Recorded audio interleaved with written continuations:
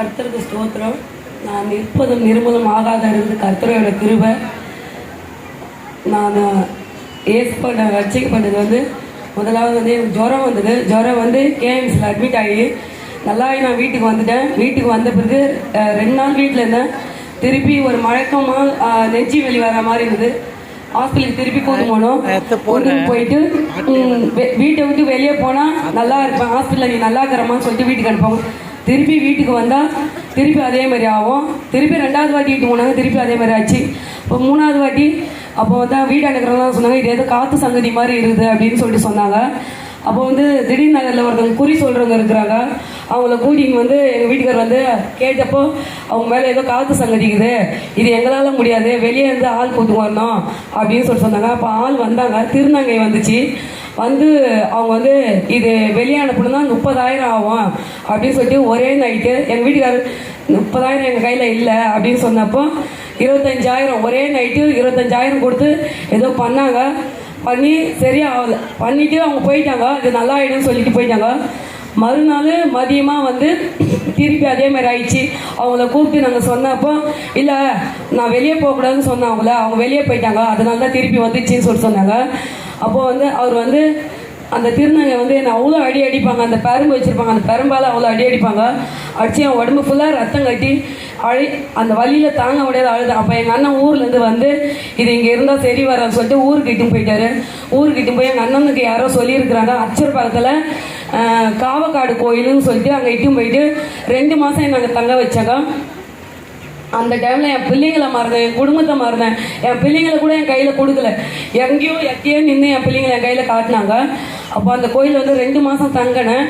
தங்கி இந்த நாட்டில் வந்து 11 அளவு போட்டுட்டேன் அந்த கோயிலில். இந்த சாமியை நல்லா இருக்கும், விடுதலை கொடுக்கும்னு சொல்லிட்டு. அப்போ வந்து அப்போ சரியாகல.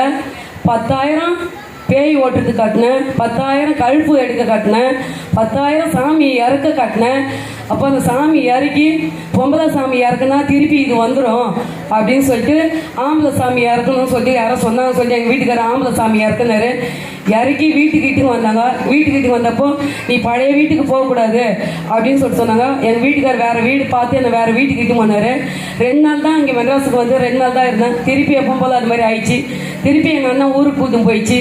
ஊருக்கு கூட்டும் போயிட்டு வந்தவாசி தர்காவில் இட்டு போய் விட்டாங்க. அங்கேயும் என்னை அவ்வளோ அடிப்பாங்க. அச்சரபாத்தில் திருப்பி ஒரு மசூதி கிட்ட போய் விட்டாங்க. அந்த மசூதியில் என்னை அவ்வளோ அடிப்பாங்க. திருப்பி என் உடம்பு ஃபுல்லாக ரத்தம் கட்டிக்கினா வழியில் தாங்க முடியாத அழுவும் நான். எங்கள் அண்ணெல்லாம் அவ்வளோ அழுவாங்க. அப்போ வந்து அந்த மசூதியில் வந்து சுடுகாட்டுக்கு என்னென்னோ செஞ்சு 1 மணிக்கு 2 மணிக்கு கொடுத்து அனுப்புவாங்க. அப்போல்லாம் எங்கள் அண்ணனுக்கு எதுவுமே அந்த சுடுகாட்டில் என்னென்ன பண்ணிட்டு வராங்க. என்னை 1 மணிக்கு 2 மணிக்கு குளிக்க வைப்பாங்க. நான் படாத கஷ்டம் இல்லை, நான் அவ்வளோ கஷ்டப்பட்டு துன்பப்பட்டு வெக்கப்பட்டு வேதனைப்பட்டு இந்த இடத்துல வந்து நின்று இருக்கிறேன். நான் நின்று இருக்கிறேன். நான் எங்கள் அம்மா ஒரு நானு சண்டை எடுத்தவங்க தான். ஆனால் எங்கள் அம்மா சொன்னேன் எங்கள் அண்ணனுக்கு கேட்க மாட்டாங்க. எங்கள் அண்ணனுக்கு நல்லா முடிஞ்ச அளவுக்கு எத்தனையோ இடத்துல இட்டுமா என்னை பார்த்தாங்க. எந்த இடத்துலையுமே எனக்கு நல்லா ஆகலை.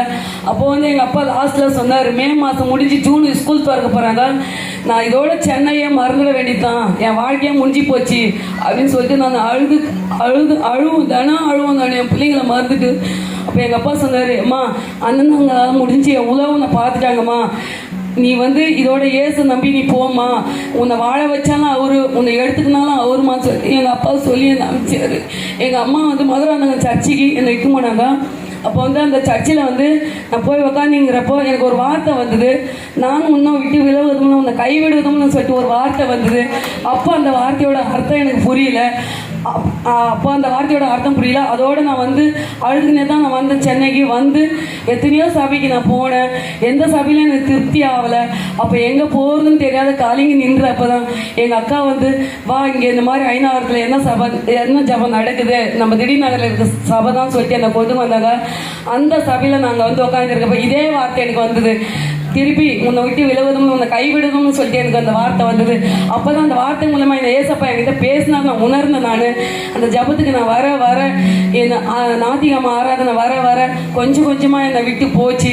அது மட்டும் இல்லை, நான் இன்னும் அதிகமாக யோசிக்கிறேன்னு சொல்லிட்டு மன அழுத்த டாக்டர்கிட்ட எங்கள் வீட்டுக்கார இட்டுன்னு போயிட்டு என்னை வந்து பைத்தியம்னு சொல்லிட்டு 2 மாதத்துக்கு எனக்கு மாத்திரை வாங்கி கொடுத்தாரு. அந்த மாத்திரையை போட்டு நான் அழுதுக்குன்னு எப்போ பாரு தூங்கினே தான் இருப்பேன். அப்போ நான் சொன்னேன், ஏசப்பா இந்த மாத்திரையிலேருந்து எனக்கு விடுதலை கொடு. நான் 3வது வாட்டி நான் செக்அப் போகும்போது எனக்கு இந்த மாத்திரை நான் இனி தொடக்கூடாது ஏசப்பா சொல்லி ஜெபம் பண்ணிட்டு போனேன். அதே மாதிரி அந்த மாத்திரை அதுலேருந்து நான் எடுக்கலை. இது வரைக்குமே நான் நல்லா தான் இருக்கிறேன். ஞானஸ்தானத்துக்கு நான் ஒப்பு கொடுத்து ஏசப்பா நான் ஒப்பு கொடுத்து ஞானஸ்தானம் எடுத்த பிறகு நான் அடிக்கடி நான் கீழே வீறேன் ஏசப்பா. இனி அந்த மாதிரி நான் விழாத இருந்தா இந்த சாட்சி நான் உங்களுக்கு நான் நின்று சொல்கிறேன் ஏசப்பான்னு சொல்லிட்டு நான் ஏசப்பா கிட்ட நான் வேண்டிக்கினேன். அதே மாதிரி இந்த 1 வருடமா எங்களுக்கு பாதுகாத்தாரு. என் பிள்ளைங்களை எண்ணி கண்மணி போல எங்களை பாதுகாத்து வழி நடத்தினார். அதுக்காக அவர் கோடான கோடி நன்றி.